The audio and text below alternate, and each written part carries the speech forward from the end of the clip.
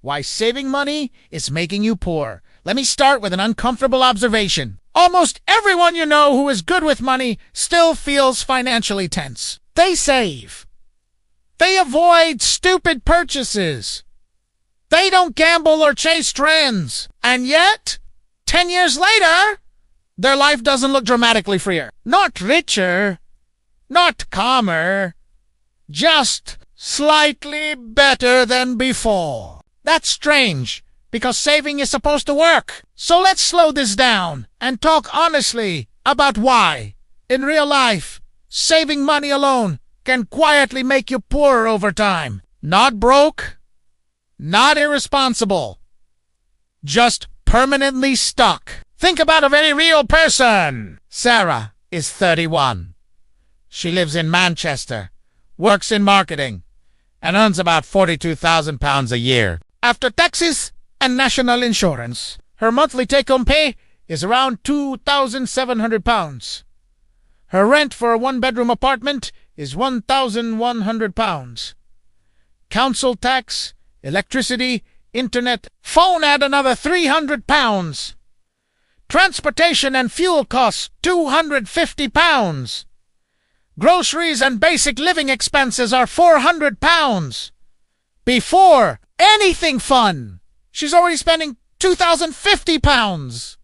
Sarah saves £300 every month. She's proud of this, and she should be. That's discipline. After saving, she has roughly £350 left for clothes, eating out, small trips, gifts, and life. She doesn't feel reckless.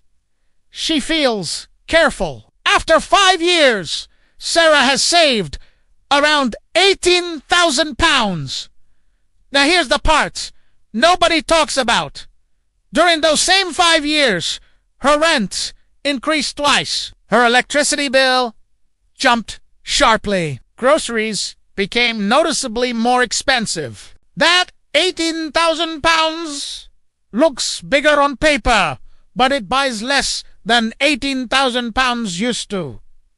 Sarah didn't fail. The system quietly changed underneath her. Let's look at another example. Mark is 26, living in Texas, working his first engineering job. He earns $72,000 a year. After taxes and health insurance, his monthly take-home pay is about $4,200. Rent, $1,600. Card payment and insurance, $550 student loans, $400 utilities, phone, subscriptions, $300 groceries and basics, $500, that's roughly $3,350 gone. Mark saves $500 every month. Again, textbook advice. After 3 years, he's saved about $18,000. Then his car needs major repairs. Medical bills appear after a minor emergency. Rent goes up $200 when his lease renews. Suddenly, that savings account feels less like progress and more like a fragile buffer. Mark didn't overspend. He didn't mess up, but his savings didn't change his position. He still needs his paycheck the same way. He still worries about Job's security. He still feels behind when prices rise faster than his salary. This is a hidden issue most people never articulate. Saving money protects you from small shocks. It does not protect you from systemic pressure. Inflation, rising housing costs, healthcare, education. These forces don't care how disciplined you are. Let's use very simple math. If you save $500 a month for 20 years, you will deposit $120,000. That sounds impressive. But if inflation averages even 3%, the real value of that money is cut dramatically. Meanwhile, rent in many U.S. cities has doubled in 15 to 20 years. Healthcare costs have risen faster than wages. Education costs have exploded. So what happened? You worked. You saved. but the finish line kept moving. Now, here's the psychological trap. Saving feels virtuous. When you sabe, you feel responsible. You feel mature. You feel like you're doing the right thing. And because it reduces short-term anxiety, your brain rewards it. But humans are not naturally wired to think in long-time horizons. We prefer visible safety today over invisible growth tomorrow. So, most people never ask a harder question. What is my money doing while I'm saving it? If the answer is nothing, then saving becomes preservation, not progress. There's also lifestyle pressure, and it's subtle. Not luxury, pressure, comparison pressure. Your friends upgrade apartments. They replace cars. They travel a little more. You don't feel jealous, but you feel tension.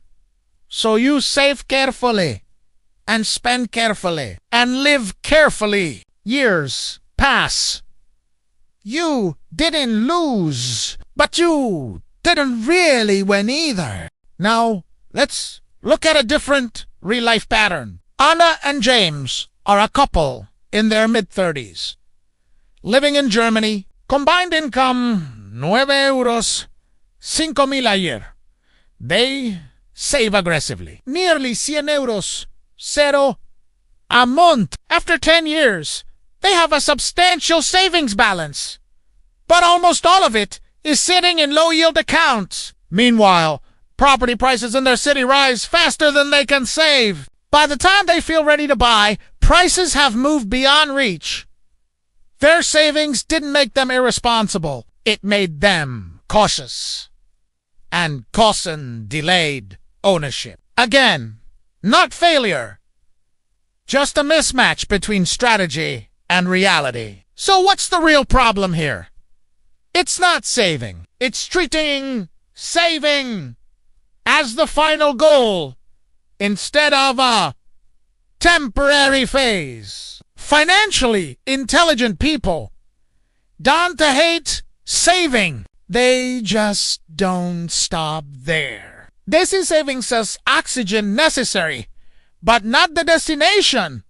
They ask different questions. How do I reduce my dependency on my salary? How does this money protect me from rising costs? How does this money change my future?